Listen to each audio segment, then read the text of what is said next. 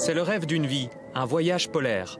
L'Antarctique déploie ses beautés sous les yeux des voyageurs à la recherche d'expériences exceptionnelles au plus près d'une nature intacte et des changements climatiques. Venir ici, c'est l'ambition d'une vie. Je pense que c'est d'une importance capitale de retourner vers nos origines à tous, notre mère nature. Dans cet environnement implacable, je pense qu'on peut apprendre à redevenir des êtres humains. Départ d'Ushuaïa, l'une des villes les plus australes du monde. 1000 km et 2 jours de navigation plus tard, l'aventure peut commencer pour la centaine de passagers de ce bateau, bien plus petit que les paquebots du tourisme de masse. Les gros paquebots de plus de 500 passagers ne peuvent pas mettre le pied sur le sol antarctique. Donc vous devez être moins de 500 passagers. L'idéal, c'est 100 passagers comme sur cette expédition. L'objectif du voyage, atteindre une île très reculée pour rencontrer les empereurs, les manchots emblématiques de l'Antarctique, ce continent de plus en plus populaire. 500 touristes privilégiés visitaient l'Antarctique à la fin des années 50, 60 000 aujourd'hui. Le boom touristique est bien réel, mais au kilomètre carré sur cet immense continent blanc, l'impact est forcément modeste. Cela dit, pour éviter une escalade dangereuse pour la nature, de nombreuses règles encadrent ce tourisme très particulier. Les carburants lourds sont désormais interdits. Les effets personnels sont nettoyés de toute graine étrangère. Les déchets sont traités à bord et les bouteilles plastiques sont remplacées par de l'eau de mer désalinisée.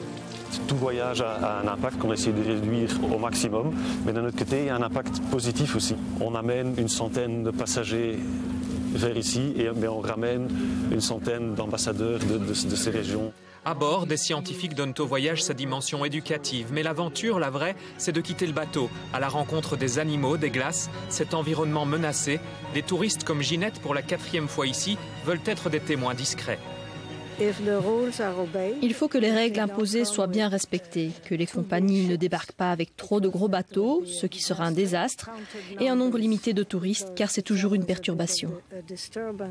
6e jour, le bateau est bloqué par la banquise qui entoure l'île des manchots empereurs. Alors l'équipage sort le grand jeu, l'hélicoptère, pour atteindre cette colonie complètement isolée et faire de l'expédition un succès. On se sent petit parce qu'ils sont quand même nombreux, on ne s'attend pas à en voir autant. Et puis ils sont stoïques, quoi. C'est leur domaine et nous on est en visiteur.